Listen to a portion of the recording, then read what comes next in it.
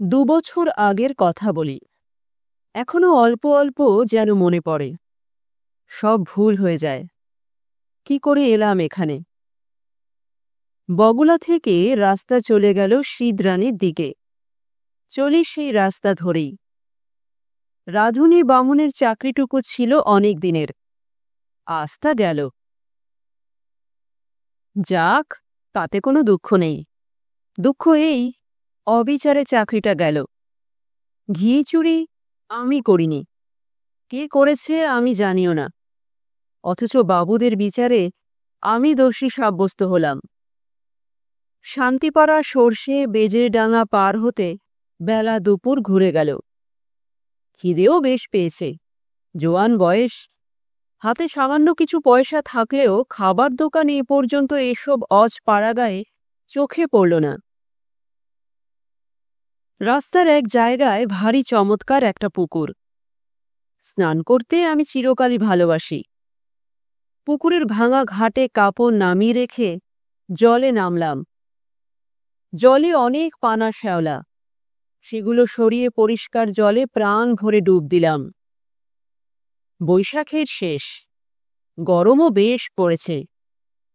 স্নান করে সত্যিই ভারী তৃপ্তি হল। পুকুরের ধারে একটা তেঁতুল গাছের ডালে ভিজে কাপড় রোদে দিলাম। শরীর ঠান্ডা হল, কিন্তু পেট সমানে জ্বলছে। এ সময় কোনো বনের ফল নেই। চোখে তো পড়ে না, যেদিকে চাই। এমন সময় একজন বুড়ো লোক পুকুরটাতে নাইতে আসতে দেখা গেল। আমাকে দেখে বললে, বাড়ি কোথায়? আমি বললাম, আমি গরিব ব্রাহ্মণ, চাকরি খুঁজে বেড়াচ্ছি। আপাতত বড় খিদে পেয়েছে। খাবো কোথায়? আপনি কি সন্ধান দিতে পারেন? বুড়ো লোকটি বলল, রোসো, নিয়ে নি, সব ঠিক করে দিচ্ছি। স্নান সেরে উঠে লোকটি আমাকে সঙ্গে নিয়ে গ্রামের মধ্যে ঢুকে জঙ্গলে ঘেরা একটা পুরনো বাড়িতে ঢুকল। বললে, আমার নাম নিবারণ চক্রবর্তী। এ বাড়ি আমার, কিন্তু আমি এখানে থাকি নে। কলকাতায় আমার ছেলেরা ব্যবসা করে। শ্যামবাজারে ওদের বাসা। এত বড় বাড়ি পড়ে আছে, আর সেখানে মাত্র 3খানা ঘরে আমরা থাকি। কি কষ্ট বলো দেখি। আমি মাসে মাসে একবার আসি, বাড়ি দেখাশুনো করি। ছেলেরা ম্যালেরিয়ার ভয়ে আসতে চায় না। মস্ত বড় বাগান আছে বাড়ির পেছনে। তাতে সব রকম ফলের গাছ আছে। 12 ভূতে খায়। তুমি এখানে থাকবে? বললাম, থাকতে পারি। কি কাজ করতে? আগে রাঁধুনির কাজ। যে কদিন এখানে আছি সে কদিন এখানে রাঁধো, দুজনে খাই। খুব ভালো। আমি রাজি হয়ে যেতে লোকটা হঠাৎ যেন ভারী খুশি হল। আমার খাওয়ার ব্যবস্থা করে দিল তখনই। খাওয়া দাওয়ার পরে আমাকে একটা পুরনো মাদুর আর একটা মোটা তাকিয়া বালিশ দিয়ে বলল, বিশ্রাম করো। পথ হেঁটে বড় ক্লান্ত হয়ে পড়েছিলাম। ঘুমিয়ে যখন উঠলাম তখন বেলা আর নেই। রাঙা রোদ বড় বড় গাছপালার উঁচু ডালে। এরই মধ্যে বাড়ির পেছনের জঙ্গলে শেয়ালের ডাক শুরু হল। আমি বাড়ির বাইরে গিয়ে এদিক ওদিক খানিকটা ঘুরে বেড়ালাম। যেদিকে চাই সেদিকেই পুরনো আম কাঁঠালের বন আর জঙ্গল। কোনো লোকের বাড়ি নজরে পড়ল না। জঙ্গলের মধ্যে এক স্থানে কেবল একটা ভাঙা দেউল দেখতে পেলাম। তার মধ্যে উঁকি মেরে দেখি শুধু চামচিকের আড্ডা। ফিরে এসে দেখি বুড়ো নিবারণ চক্রবর্তী বসে তামাক খাচ্ছে। আমায় বলল, চা করতে জানো? একটু চা করো, চিড়ে ভাজো, তেল নুন মেখে কাঁচা লঙ্কা দিয়ে খাওয়া যাবে। সন্ধ্যের পর বলল, ভাত চড়িয়ে দাও, সরু আতপ আছে, গাওয়া ঘি আছে, আলু ভাতে ভাত, ব্যাস। যে আজ্ঞে। তোমার জন্যে ঝিঙের একটা তরকারি করে নিও। ঝিঙে আছে রান্নাঘরের পেছনে। আলো হাতে নিয়ে তুলে আনো এই বেলা। আর একটা কথা, রান্নাঘরে সর্বদা আলো জ্বেলে রাখবে।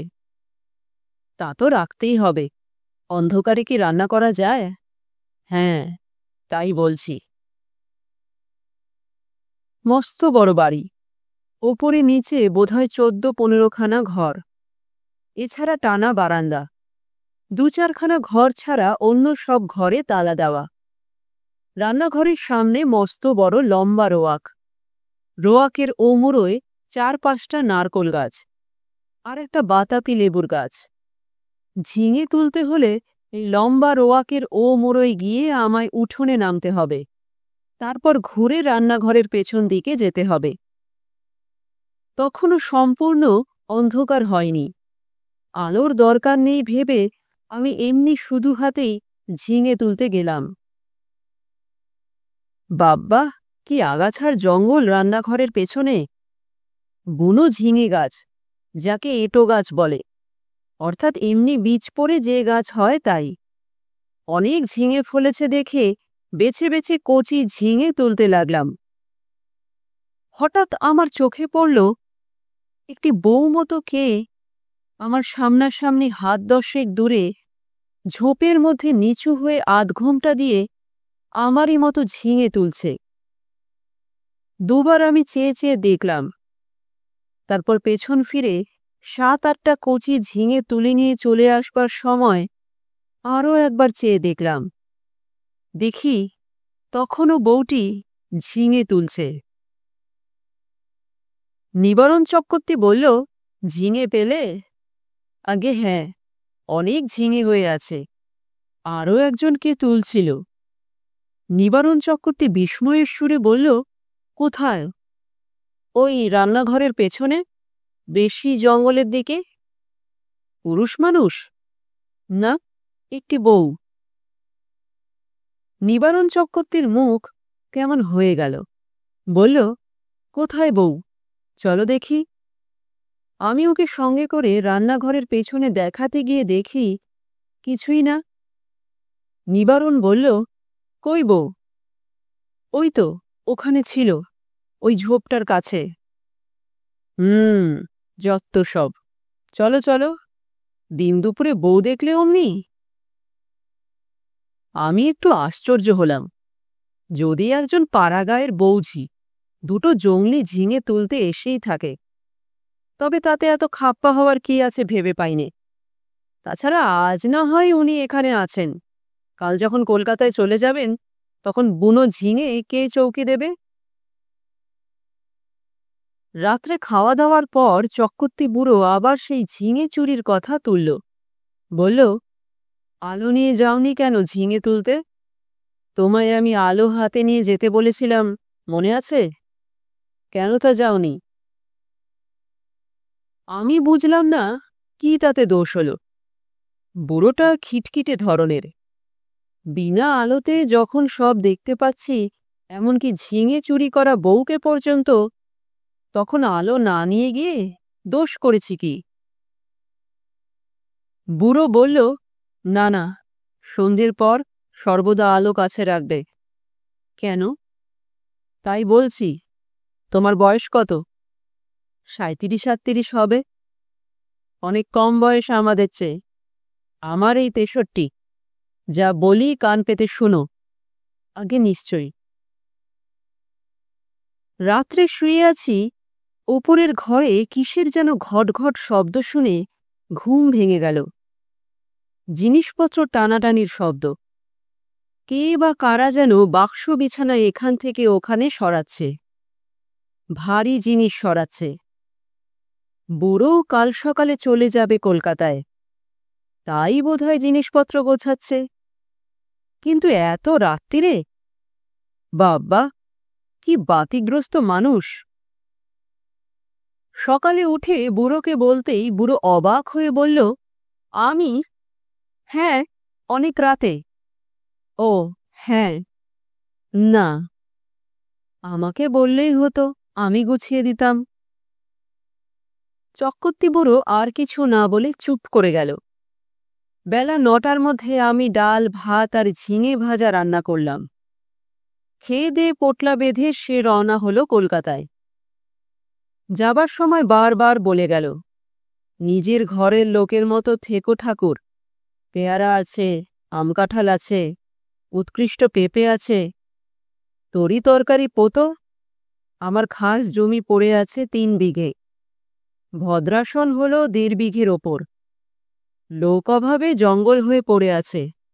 খাটো, তরকারি উৎপন্ন করো, খাও, বেচো।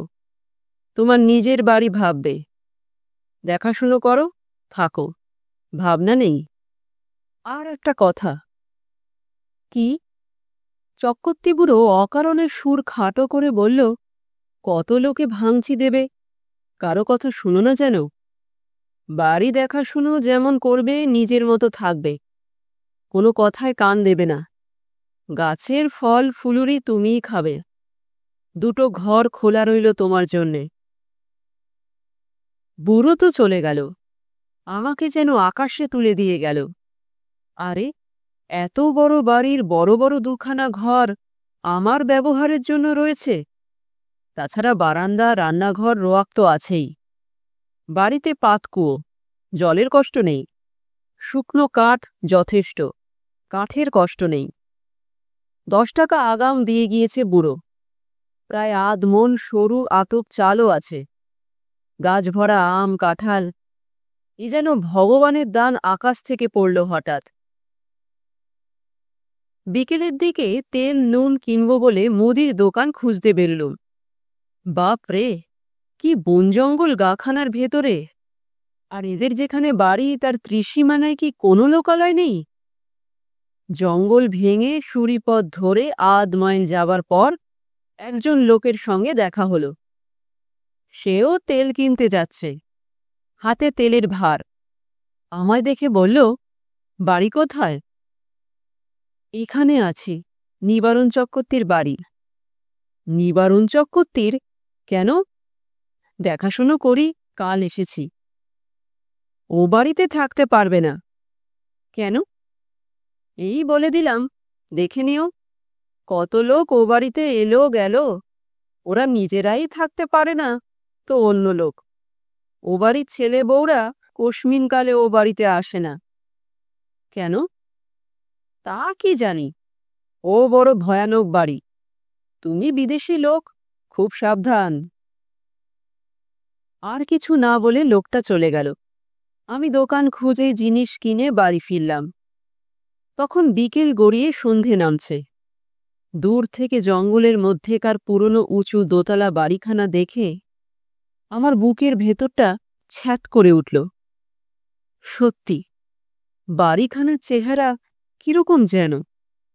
ও যেন একটা জীবন্ত জীব, আমার মতো ক্ষুদ্র লোককে যেন গিলে ফেলবার জন্য হাত বাড়িয়ে এগিয়ে আসছে। অমন্তর ওর চেহারা কেন? কিচ্ছু না, লোকটা আমার মন খারাপ করার জন্য দায়ী। আমি যখন দোকানে যাই তখন আমার মনে দিব্যি ফুর্তি ছিল। হঠাৎ এমন হওয়ার কারণ হচ্ছে ওই লোকটার ভয় দেখানো কথাবার্তা। গায়ে পড়ে অত হিত করবার দরকার কি ছিল বাপু তোমার? চক্রবর্তী বুড়ো তো বলেই গিয়েছে, কত লোক কত কথা বলবে, কারো কথায় কান দিও না। কিছু না, গাছপালার ফল ফুলুরি গায়ের লোক চুরি করে খায় কি না? বাড়িতে একজন পাহারাদার বসালে লুটপাট করে খাওয়ার ব্যাঘাত হয়, সেই জন্যই ভয় দেখানো। যেমন ওই বউটি কাল সন্ধেবেলা ঝিঙে চুরি করছিল। অনেকদিন এমন আরামে থাকিনি। বিনা খাটুনিতে পয়সা রোজগারের এমন সুযোগ জীবনে কখনো ঘটেনি। নিজের জন্য শুধু 2টো রান্না, মিটে গেল কাজ। সকাল সকাল রান্না সেরে নিয়ে নিচের বড় রোয়াকে বসে আপন মনে গান গাইতে লাগলাম। এত বড় বাড়ির মালিক আমি, কারো কিছু বলবার নেই আমাকে, যা খুশি করব। হঠাৎ ভয়ানক আশ্চর্য হয়ে গেলাম। দোতলার নালির মুখ দিয়ে পড়তে লাগলো জল, যেমন ওপরের বারান্দাতে কেউ হাত পা ধুলে জল পড়ে। বেশ মোটা ধারে জল পড়তে লাগল।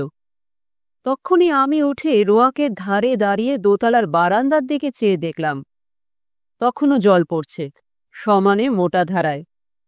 ওপরের সিঁড়ির দরজায় তালা দেওয়া। চাবি চক্রবর্তী মশাই নিয়ে গিয়েছেন, সুতরাং দোতলায় যাবার কোনো উপায় আমার নেই। এ জল কোথা থেকে পড়ছে?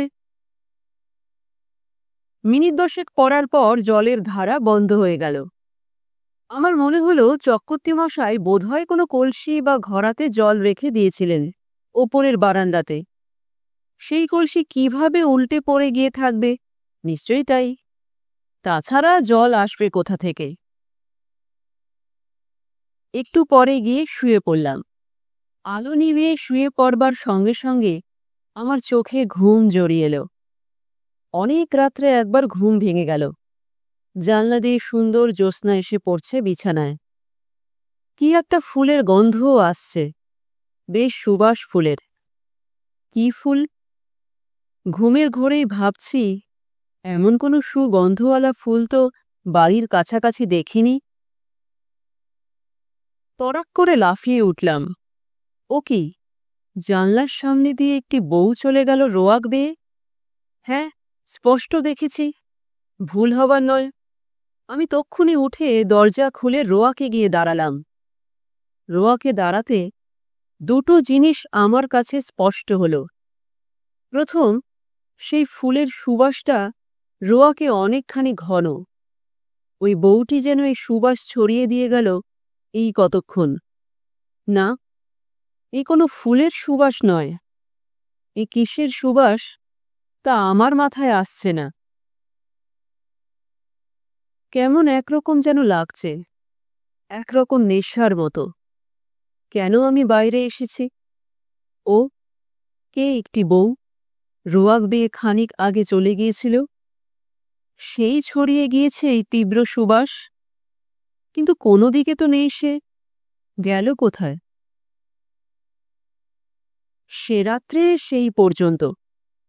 কতক্ষণ পরে ঘরে এসে শুয়ে ঘুমিয়ে পড়লাম। সকালে উঠে মনে হল সব স্বপ্ন। মনটা বেশ হালকা হয়ে গেল। কাজে কর্মে ভালো করে মন দিলাম। বন জঙ্গল কেটে কিভাবে তরিতরকারির আবাদ করব, সেই আলোচনা করতে লাগলাম মনের মধ্যে। একটা অসুবিধে এখানে থাকবার, বড্ড নির্জনে থাকতে হয়। কাছাকাছি যদি একঘর লোকও থাকত তবে এত কষ্ট হতো না।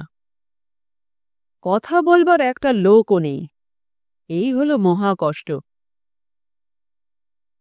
সেদিন দুপুরে এক ঘটনা ঘটল।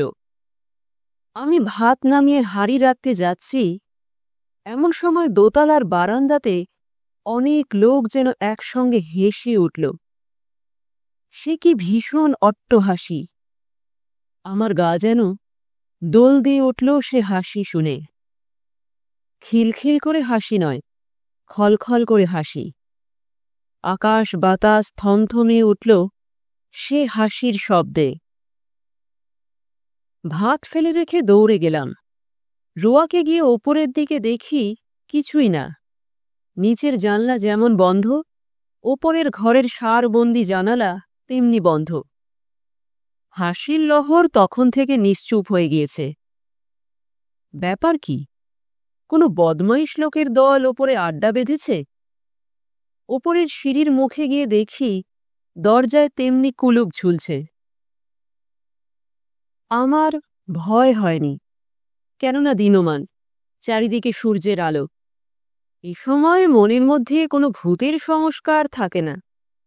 এ হাসি যদি আমি রাত্রে শুনতাম তবে বোধহয় ভয়ে অজ্ঞান হয়ে যেতাম, চাবি দিয়ে দাঁত খুলতে হতো। রান্নাঘরে ফিরে এসে ভাতের ফ্যান গেলে ঝিঙের তরকারি চাপিয়ে দিই। প্রচুর ঝিঙে জঙ্গলে ফলেছে, যত ইচ্ছে তুলে নিয়ে খাও। আমারই বাড়ি, আমারই ঝিঙে লতা।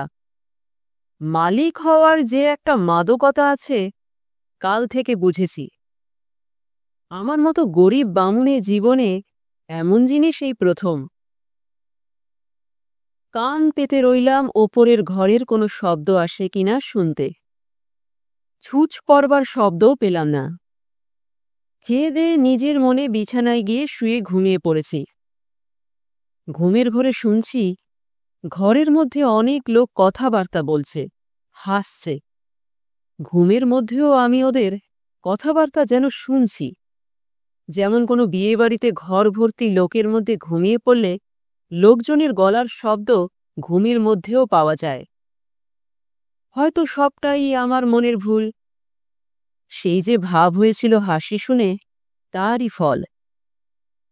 এরপর ৯ দিন আর কিছু ঘটেনি। মানুষের মনের অভ্যাস, অপ্রীতিকর জিনিসগুলো তাড়াতাড়ি দিব্যি ভুলে যেতে চায়, পারেও ভুলে যেতে। আমি নিজের মনকে বোঝালুম, ওসব কিচ্ছু না। কি শুনতে কি শুনেছি? বউ দেখা চোখের ভুল, হাসি শোনাও কানের ভুল, সব ভুল। এই ৯ দিনে আমার শরীর বেশ সেরে উঠল। খাই দাই আর শুধু ঘুমোই, কাজকর্ম কিচ্ছু নেই। কেমন একরকমের কুড়েমি পেয়ে বসেছে আমাকে। আমি সাধারণত খুব খাটিয়ে লোক, শুয়ে বসে থাকতে ভালোবাসি নে। কিন্তু অনেক দিন ধরে অতিরিক্ত খাটুনির ফলে কেমন একরকমের অবসাদ এসে গিয়েছে, শুধুই আরাম করতে ইচ্ছে হয়। ৯ দিনের দিন বিকেলে মনে হল রান্নাঘরের পেছনে সেই ঝিঙে জঙ্গলটা একটু কেটে পরিষ্কার করি। ঝিঙের লতাগুলো বাঁচিয়ে অবশ্য ওখানে ঝালের চারা পুঁতব। আর একটা চালকুমড়োর এঁটো লতা হয়েছে ওই জঙ্গলের মধ্যে, সেটা বাঁশের কঞ্চি দিয়ে রান্নাঘরের ছাদে উঠিয়ে দেব। এই বাড়িতে কাজ করে সুখ আছে, কারণ দা, কোদাল, কাস্তে, নিরেন, শাবল, কুড়ুল সব মজুত আছে। ঘরের কোণে একটা হাত করা তিস্তক। অল্পক্ষণ মাত্র কাজ করেছি, আধ ঘন্টা হবে না। হঠাৎ দেখি সেই বউটি ঝিঙে তুলতে এসেছে, নিচু হয়ে ঝোপের মধ্যে ঝিঙে তুলছে। সঙ্গে সঙ্গে দোতলার ঘরগুলোর মধ্যে এক মহা কলরব উপস্থিত হল। অনেকগুলো লোক, আন্দাজ ৫০ একসঙ্গে যেন হৈ হৈ করে উঠল। সব দরজা জানলা যেন একটা ঝড়ের ঝাপট লেগে একসঙ্গে খুলে গেল। বনকাটা ফেলে আমি ওপরের দিকে চেয়ে দেখলাম। সামনের রোয়াকে এসে দাঁড়ালাম। কই, একটা দরজা জানলার কপাটও তো খোলেনি দোতলার, যেমন তেমনি আছে। ব্যাপার কি? বাড়িটার মৃগী রোগ আছে নাকি? মাঝে মাঝে এমন বিকট চিৎকার করে ওঠে কেন? এবার তো ভুল হবার কোনো কথা নয়। সম্পূর্ণ সুস্থ মনে কাজ করতে করতে এই চিৎকার আমি শুনেছি এইমাত্র। এখন আবার চারিদিক নিঃশব্দ, কোনো দিকে কোনো শব্দ নেই। সেই বউটি আবার ঝিঙে তুলতে এসেছে এই গোলমালের মধ্যে। দৌড়ে গেলাম রান্নাঘরের পেছনে, সেখানেও কেউ নেই। সেদিন রাত্রে এক ঘটনা ঘটল, ভারী মজার ঘটনা বটে। খেয়ে দিয়ে সবে শুয়েছি, সামান্য তন্দ্রা এসেছে। এমন সময় কিসের শব্দে তন্দ্রা ছুটে গেল। চেয়ে দেখি আমার বিছানার চারিপাশে অনেক লোক জড়ো হয়েছে। তাদের সবারই মাথায় লাল পাগড়ি, হাতে ছোট ছোট লাঠি। আশ্চর্যের বিষয়, সকলেরই মুখ দেখতে একরকম। একই লোক যেন ৫০টি হয়েছে, এইরকম মনে হয় প্রথমটা। বহু আরশিতে যেন একটা মুখই দেখছি। কে যেন বলে উঠল, আমাদের মধ্যে আজ কে যেন এসেছে। একজন তার উত্তর দিল, এখানে একজন পৃথিবীর লোকের বাড়ি আছে, অনেক দিন থেকে। আমি দেখিনি বাড়িটা, তবে শুনেছি। যারা দেখতে জানে তারা বলে সেই বাড়ির মধ্যে একটা লোক রয়েছে। সব মিথ্যে, কোথায় বাড়ি? আমরা কেউ দেখিনি, তবে এসো আমরা নাচ আরম্ভ করি। বাপরে বাপ, কথায় বলে ভূতের নেত্য। শুনেই এসেছিলাম এতদিন, এইবার স্বচক্ষে দেখলাম। সে কি কাণ্ড! অতগুলো লোক একসঙ্গে লাঠি বাজিয়ে এক তাণ্ডব নৃত্য শুরু করে দিলে। আমার দেহের মধ্যে দিয়ে কতবার যে এলো গেল, তার সঙ্গে সঙ্গে বিকট চিৎকার আর হল্লা। আমার বিছানার বা আমার কোনো অংশ তারা স্পর্শও করল না। আমি যে সেখানে আছি তাও যেন তারা জানে না। ওদের হুঙ্কার আর ভৈরব নৃত্যে আমি জ্ঞান শূন্য হয়ে গেলাম। যখন জ্ঞান হলো তখন শেষ রাত্রের জ্যোৎস্না খোলা জানলা দিয়ে এসে বিছানায় করেছে। সেই ফুলের অতি মৃদু সুবাস ঘরের ঠান্ডা বাতাসে। আমি আধ অচেতনভাবে জানলার বাইরের জ্যোৎস্নামাখা গাছপালার দিকে চেয়ে রইলাম। কতক্ষণ পরে জানি না, ভোর হয়ে গেল। বিছানা ছেড়ে উঠে দেখি ঘুমের কোনো ব্যাঘাত হয়নি। সুনিদ্রা হলে শরীর যেমন ঝরঝরে আর সুস্থ হয় তেমনি বোধ করছি। তবে সে ভূতের নাচ কে দেখেছিল? সে নাচ কি তবে ভুল? খেয়ে দেয়ে পরম আরামে শুয়ে ঘুমিয়ে পড়ে স্বপ্ন দেখেছি? যদি তাই হয়, তবে এই শেষ রাত্রের ঠান্ডা বাতাসে যে ফুলের সুবাস পেয়েছি তা কোথা থেকে এলো? সে বউটি যখন চলাফেরা করে তখনই অমন সুবাস ছড়ায় বাতাসে। সুবাসটা ভুল হতে পারে না। এখনো সে গন্ধ আমার নাকে লেগে রয়েছে। কোনো অজানা বনফুলের সুবাস হয়তো, তাই হবে। তেল কিনতে গিয়েছি দোকানে। দোকানি বলল, কিরকম আছো? বলে কিছু দেখেছ নাকি? না। শুনেছ কিছু? না। তুমি দেখছি সাধু লোক। টুকটাক জানো নাকি ভূতের মন্তর? তেল দাও, চলে যাই। ওসব বাজে কথা। আচ্ছা, একটা মেয়েকে ওখানে কোনোদিন দেখনি? বউ মতো? কোনো গন্ধ পাওনি? কিসের গন্ধ? কোনো ফুলের সুগন্ধ? না। খুব বেঁচে গিয়েছ তুমি। তোমার আগে যারা ওখানে থাকতো তারা সবাই একটি বউকে দেখত ওখানে প্রায়ই। এমন হতো শেষে ও বাড়ি ছেড়ে তারা নড়তে চাইত না। তারপর রোগা হয়ে দিন দিন শুকিয়ে শেষ পর্যন্ত মারা যেত। দুটি লোকের এই রকম হয়েছে এ পর্যন্ত। বাড়িতে ভূতের আড্ডা। ভূতে লোককে পাগল করে দেয়। তাদের কাণ্ডজ্ঞান থাকে না। এমন ভালো লাগে এ বাড়ি, না খেয়ে না দিয়ে ওখানে পড়ে থাকে, ছেড়ে যেতে চায় না। তুমি দেখছি ভূতের মন্তর জানো। আমরা তো ও বাড়ির ত্রিসীমানায় যাইনি। মাথা খারাপ করে দেয় সাধারণ মানুষের। তেল নিয়ে চলে এলাম। ভাবতে ভাবতে এলাম, মাথা খারাপ হওয়ার সূত্রপাত আমারও হলো নাকি? বাড়ির সীমানায় পা না দিতেই আমারও মনে হলো, না, সব ভুল। পরম সুখে আছি। এ ছেড়ে কোথায় যাব? বেশ আছি, খাসা আছি, তোফা আছি। সেই থেকে আজ 2 বছর পড়ে আছি এ বাড়িতে। চক্রবর্তীমশাই মাইনে টাইনে কিছুই দেয় না। তাতে আমার কিছু আসে যায় না। বাড়ি দেখাশুনো করি, বেগুন কলা বেচি। দিন রাত ওদের নৃত্য দেখি। ওদের মধ্যেই বাস করি। এক পা যাইনে বাড়ি ছেড়ে।